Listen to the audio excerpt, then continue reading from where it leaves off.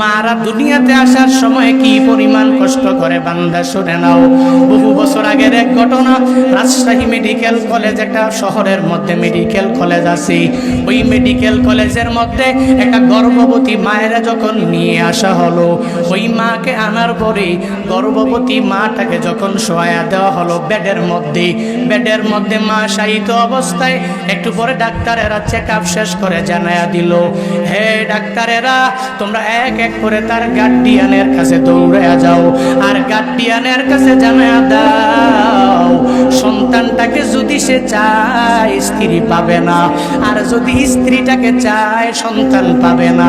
বর্তমান জামানায়ও হসপিটালের মধ্যে এমন নজির প্রমাণ আছে না না। ডাক্তারেরা জানায়া দিল দৌড়ে যাও, এই মহিলার গার্ডিয়ানকে আছে গার্ডিয়ানটারে খুঁজে একটু বের করে দাও। সেই গার্ডিয়ানের পরামর্শ নিয়ে আমরা সামনে ডিসাইড কি নেওয়া লাগবে নিজেরা নিয়ে নিব। যখন এই কথা জানায়া দিল, ডাক্তারেরা দৌড়াইয়া চলে গেল গার্ডিয়ানের কাছে। কে সেই গার্ডিয়ান হসপিটালের বাহিরে দাঁড়ানো। দৌড়াইয়া গিয়া বলে, আপনি কি ওই স্ত্রীর স্বামী নাকি? বলে হ্যাঁ। ওই মহিলার স্বামী নাকি? বলে হ্যাঁ।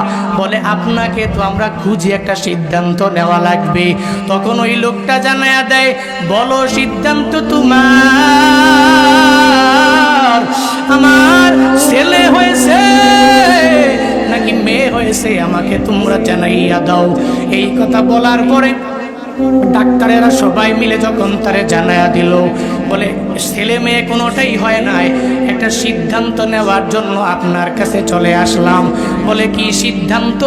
বলে যদি আপনার স্ত্রীটাকে চান তাহলে সন্তান আশা করা যাবে না, আর যদি সন্তানটা চান তাহলে স্ত্রীটাকে আশা করা যাবে না। এই সিদ্ধান্ত নেওয়ার জন্য আমরা ডক্টরেরা পারি নাই, আপনার দরওয়াজায় হাজির, একটা সিদ্ধান্ত দিয়ে দিবেন স্ত্রী চান নাকি সন্তানটা চান। বেচারা স্বামী হইয়া কি বলবে? বড় একটা পেরেশানির মধ্যে বেচারা নিজেই পড়ে গেলেন। কি পেরেশানি!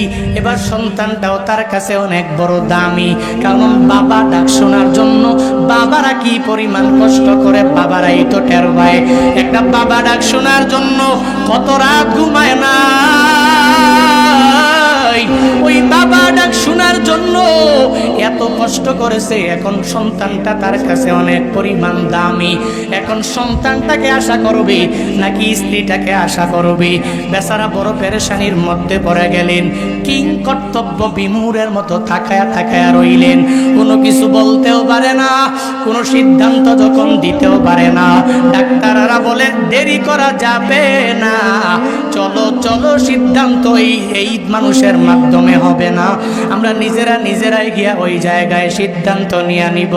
ডাক্তারেরা মিলিয়া চলে গেল ওই মেডিকেল কলেজের ওই শায়িত মহিলার গর্ভবতী মায়ের সামনে যাইয়া তারা একে অপরে কথা বলে, বৃক্ষ যদি দুনিয়ার মধ্যে বেঁচে থাকে ফল অভাব হবে না, কত ফল আসবে তাকে বাঁচায় রাখ। মা বেঁচে থাকলে সন্তান দুনিয়ার মধ্যে আরো হাজারো আসবে, কিন্তু যদি মা দুনিয়া থেকে চলে যায় তাহলে সন্তানও পাওয়া যাবে না, মাও পাওয়া যাবে না। এই কথা যখন ডাক্তারেরা একে অপরে বলতে লাগলো, ওই মেডিকেল কলেজের মা চোখের পানি গড়ায়া